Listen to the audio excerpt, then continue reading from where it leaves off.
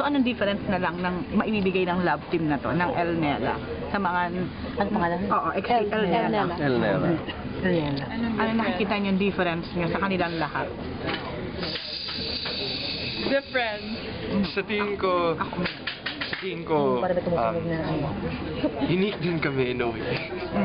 Unique din. We'll see. Yeah. How are you unique? Alam mo, anak kayo ng mga showbiz. ano? No, pero parang how can you, what will be the parang bago na may offer nyo because all the love teams meron ng sarili-sariling na ibibigay. What Okay, tingin ko, Oo. alam niyo pwede yun anak kayo ng mga showbiz royalty na rin, in a way. Isa rin yun sa na iiba sa amin. So, since nga, ano kami, parang... Siguro we're the love team that's gonna be more focused then, not just sa acting, pero sa music din. yeah. Okay, bago yun, ha? Nice. Okay. Last question, tapos mag-take per table. Would you impose some limits pagdating doon sa romantic scenes para maprotektahan yung sa personal life? Or pinag-usapan niyo initiative?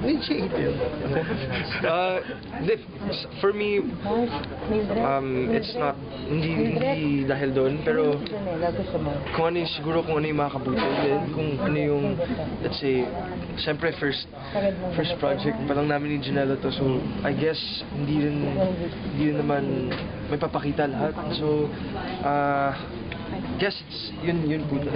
Ingat ka ba sa kilos mo with Janela? Siyempre, para hindi nga ma-hurt or para hindi masabing ano yan, may ginagawa ka other things. No.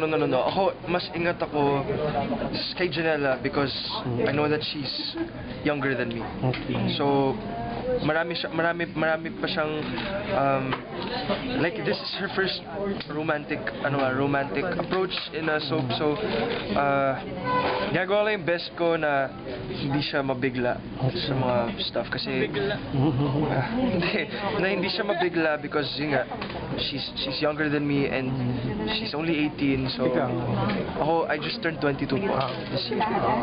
So nasa sa'yo yung maturity. Yes, so yun, I just try to guide her and kung ano po yung mga pwede kong maturo sa kanya. Okay, we'll do table per table. Thank you.